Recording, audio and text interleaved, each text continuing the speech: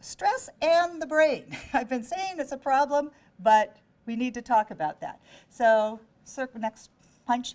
That little green thing, it's not green in your brain, is your hippocampus. This is a critically important area for laying down memories of explicit events, like where did you actually park your car this evening? Right? And, you know, those kinds of things. Next. This red thing sitting at the tip of the hippocampus, about an almond size, is the amygdala. This is a region of your brain that plays critical roles in all the circuits that are involved in processing facial, affective information, and processing information about threat, danger, and positive things. We think of it somewhat as the emotion center. And next slide. This big, huge area up here is your prefrontal cortex, which I've already said is important for learning and memory, learning and executive functions and so on. Okay, so how does stress affect these different parts of the brain? Next slide. Boom, you're going to do a lot. Okay, stop right there. So what we're looking at is either a neuron in the hippocampus or in the prefrontal cortex. And this is one where you've dropped a bunch of stress hormones on it. Next. In fact, just click a bit. Again. I think you can leave it there. So if you look on these, this is actually, these little knobby things are your synapses, where you make connections. That's without stress hormone, that's with.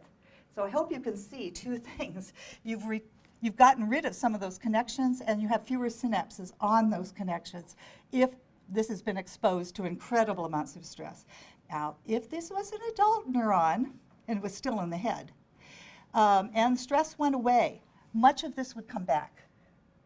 So you all have had periods, maybe a horrible divorce, terrible things, and for a while you can't think, you can't remember a bloody thing, and then things get over, and about 6 months later you go, oh, I have my brain back.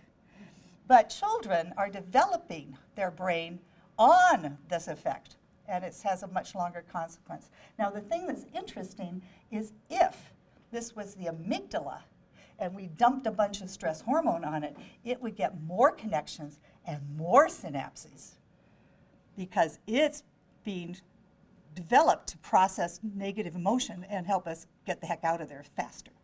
Okay, so let me show you human data. That was animal data, obviously. Oh, I'm sorry, these are so bad.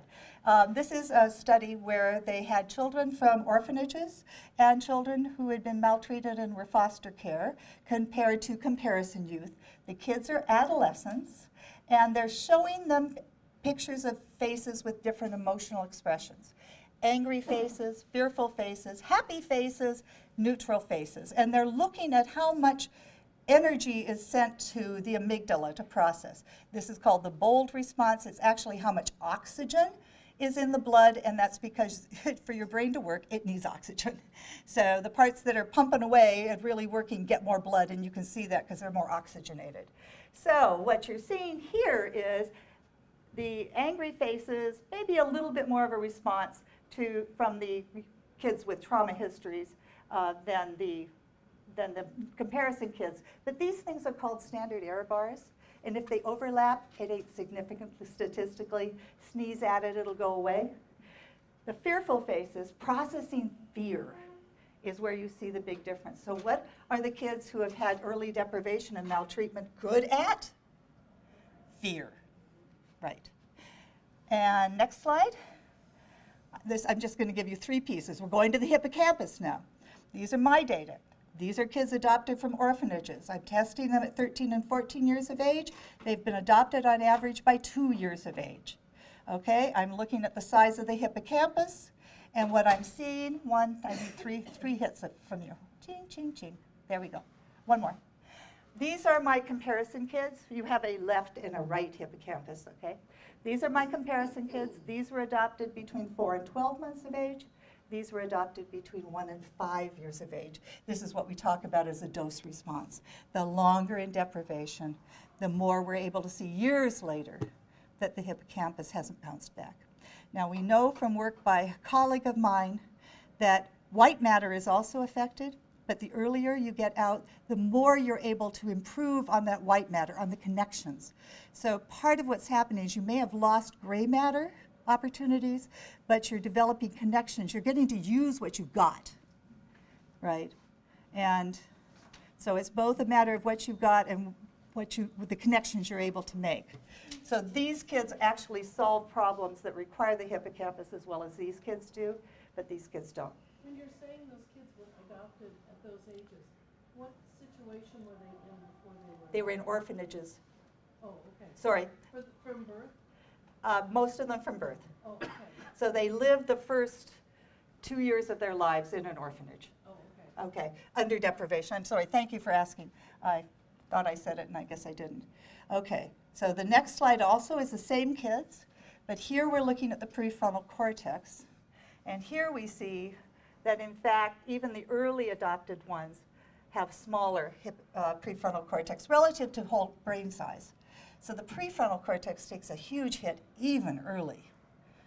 And the kids do struggle with tasks that require executive function capabilities.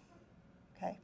But still, actually, these guys are doing much better than these guys. And they got out earlier, so they've had more time, and they may be learning more strategies.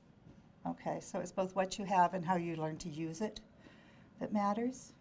And a lot of what you're doing is helping kids learn to use what they've got to get the most out of it, regardless of what they actually have, what they're bringing to the table.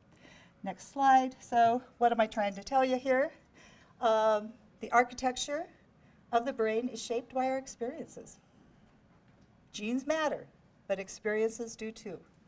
Skills beget skills. What happens early influences what comes. If you get yourself set up right, it's a lot easier to keep going. That doesn't mean we can't do workarounds, but it's harder. A poor early foundation thus affects what comes after. Brain architecture develops in the context of relationships. Supporting, responsive relationships are what the little brain needs, because once in that, things happen. Baby's direct. They've got a program. I'm interested in lights today. Okay, we'll do lights. Tomorrow lights are so passé. We're going to do rattles and sounds. I'm working on rattles and sounds. Okay. Serve and return provides those experiences that helps to organize and shape the developing brain. Toxic stress, though, can literally shape an anxious and fearful brain, changes the way our genetics operate, and can have influences on both brain and physical health. I didn't show you that. And the achievement gap starts early. So that doesn't mean that we throw them away at age 3 at all. And it doesn't mean we do everything for them till they're 3 and then pack their bags and put them out on the corner, right?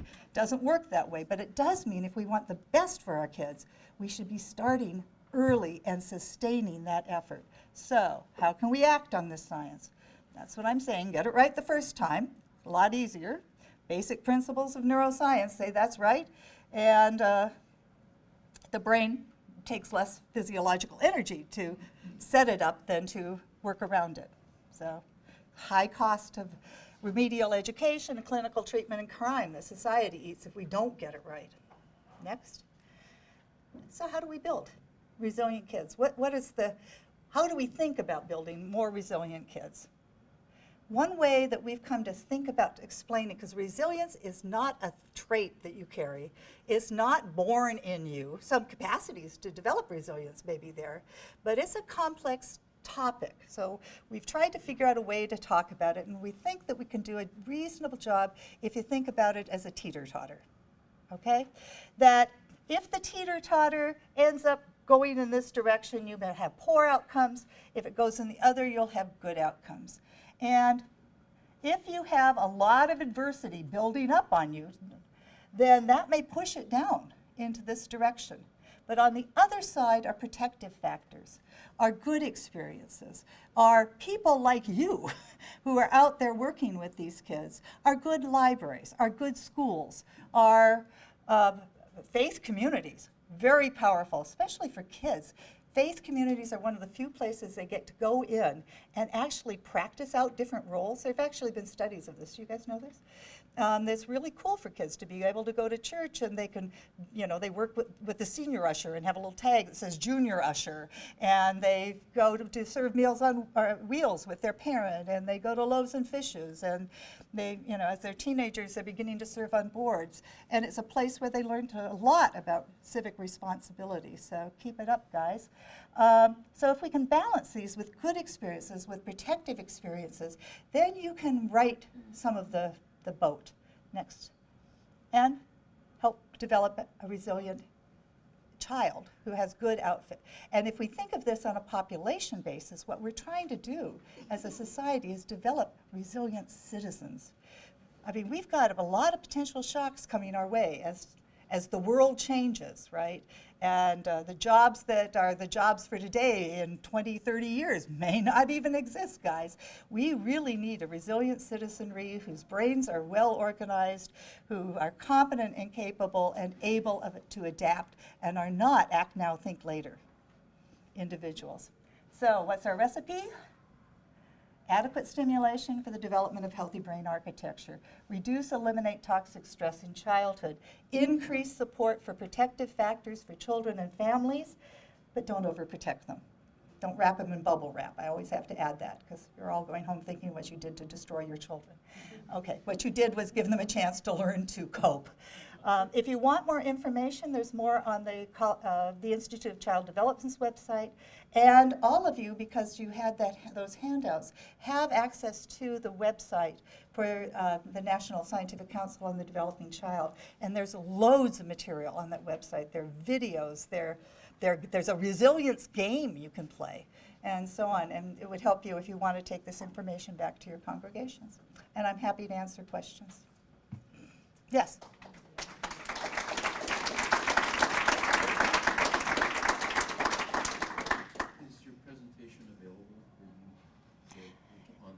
Yeah, hey Matt, is my presentation available? Yes.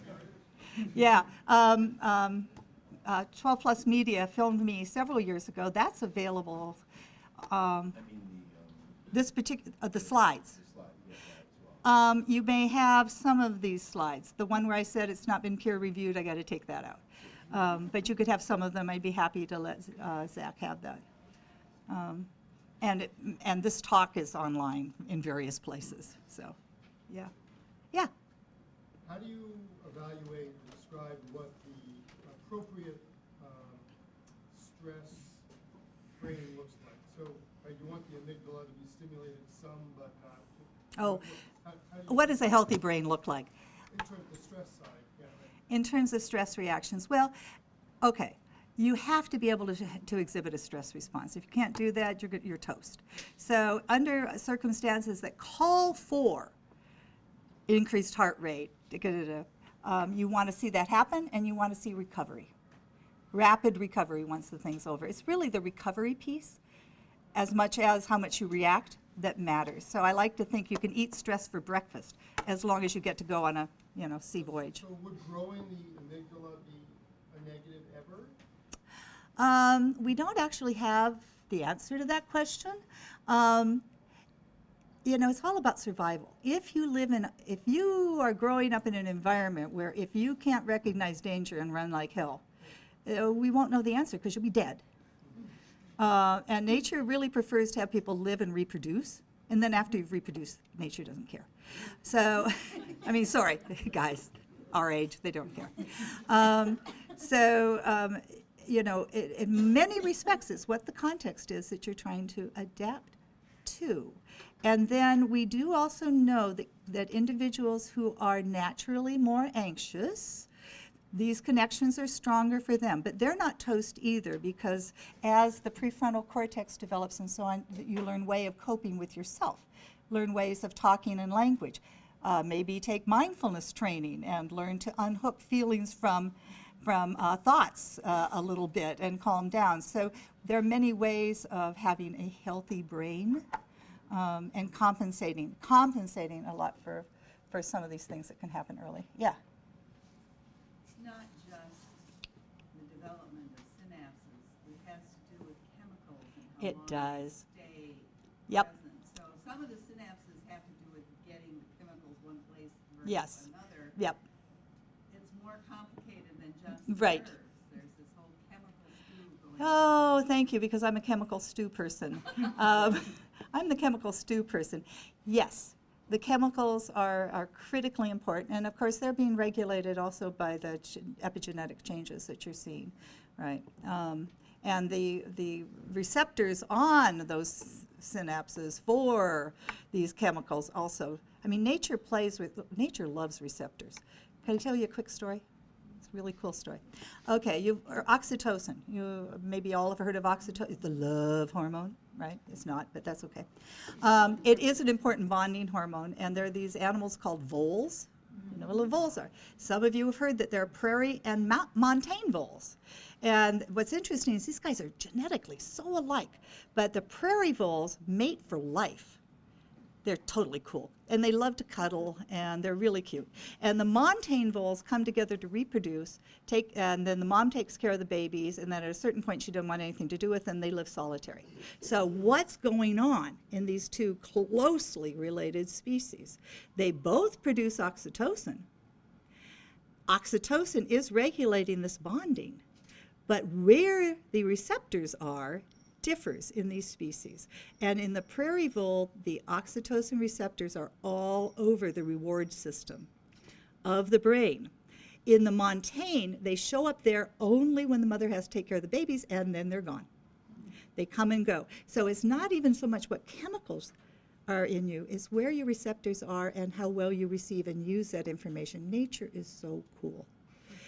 We also know that receptors change with development. As things happen, certain critical periods, you'll have receptors for certain chemicals in the hippocampus and so on, then they go away. It's part of how nature is regulating how we develop. It's very cool. So chemicals matter, the receptors for them matter, epigenetics matter, synapses matter. It all matters. Isn't it amazing we work at all? Yeah.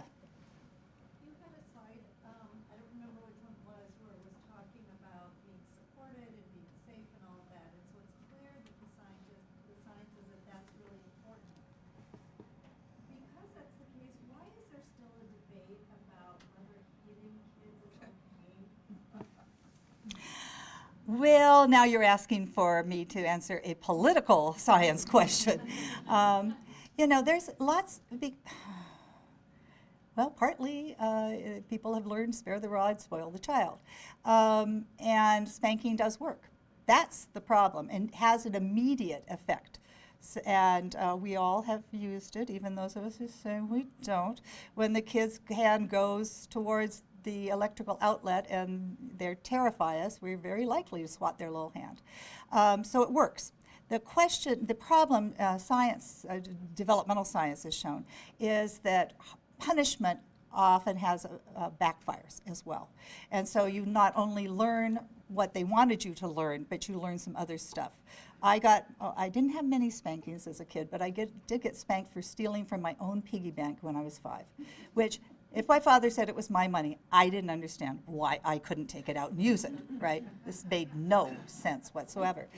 Finally, they gave up talking at me and they spanked me, and I never did it again. I was fascinated. As a psychologist said, I said, wow, why did that work when the talking didn't work? But the thing I got out of it is, as soon as I could, I wanted my own money, and they weren't going to have any of it, which actually probably worked for them anyway. But so there are these other things that come along with it. I don't know why we still have the debate, except that it does work, and in some groups, they have learned very deeply and believe deeply that if they don't use it, they are not fulfilling their role as parents. Yeah. At least in elderly people, we have studies that showing physical activity, the brain is Woo! Yes. What about the activity in early development? Okay. As children use, they use a lot of cell phones at a very early age. So we old folks get on the elliptical, get on the whatever. Activity really, really, really does help the brain. Really, really does. It, without television and without iPads and without, kids naturally run around a lot, right? So it's probably certainly is healthy for young kids to be out there running around getting a lot of exercise. They sleep better, they're less crabby. I mean, there's all sorts of things that are wonderful. And of course, now I can go into the political side of this. Why are we removing recess from schools. It works right against us. Our kids who have trouble concentrating have really a lot of trouble if they can't run around and burn off some of that. So anyway, yes, exercise is great for kids' brains and kids' bodies, and an obesogenic environment, which includes little exercise and a lot of food, is terrible for the body and the brain. Yeah. I'm thinking about the family of the 13 children in California. Ah. And how can society, can your organization learn from them? Can we have a workshop? How can we Yeah. interact? There are periodically stories of children who have experienced that level of deprivation.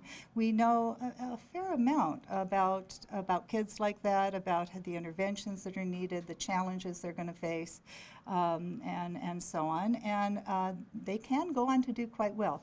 The problem those kids face is it wasn't a stranger who was doing it to them. It was the person they trusted, and I'm sure they were also, a lot of cognitive manipulation was going on to prove to them that they deserved what they were getting, and they were only because they'd been bad and wrong. So it's going to take a lot of therapy for those kids.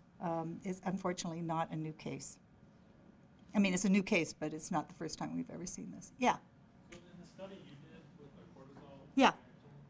do you have a hypothesis as to why there's not a significant difference on the popular side as compared to there other mitigating factors where separate or where support helps play a role after that is reached? Yeah, I do. The challenge that they were being addressed with was going to a doctor's office. Pediatricians are really good, and nurses, pediatric nurses, at being nice and friendly and everything else. And then you got that shot, and they reacted to the shot. But the whole situation was not really a psychosocial stressor for them. I have data where I scared children with, I used to do that for a living. I would have young children and toddlers of the same age, and I would show them a live clown that would come into the room, a clown robot that made noise, some crazy puppets that popped out of the wall, and I looked at the ones who were fearful. And in those kids, and they were middle and upper middle class, in that reaction, the secure ones didn't show any elevations and the insecure ones did. But I think the medical context, the kids are familiar, they go to the doctor, and everyone's doing everything to help them feel safe. And then there's that dang shot, and they react to that. But if you notice the first part of it, the secure guys and insecure guys weren't showing much of a response at all to that early part. Right. It was just nice people wanting to play with me. Oh, they're undressing me. Ooh, I don't like that. Ooh, that scale is cold. But it's pretty minor stuff. Yeah. When I first started reading about toxic stress, it Yeah. sounded an awful lot like PTSD. Ah. Are they connected, and is it Yeah. reversible? Toxic stress, I'm trying to get you to think of, is not the context, but the biology that's responding. So a toxic stress pattern. Yes, that absolutely can be part of what sets up PTSD. So let's imagine we are now in Afghanistan or in some other war zone, Syria, and there's constant threat and danger, and our biology is all the time. And we couple that with the need to maintain vigilance. So your brain is processing threat and reacting to it. And over a period of time, it gets into a rut. You biologically change that brain. It gets into a rut. And then you come home and everything is safe, but you're still processing that. Yes, we can change it, but it is hard.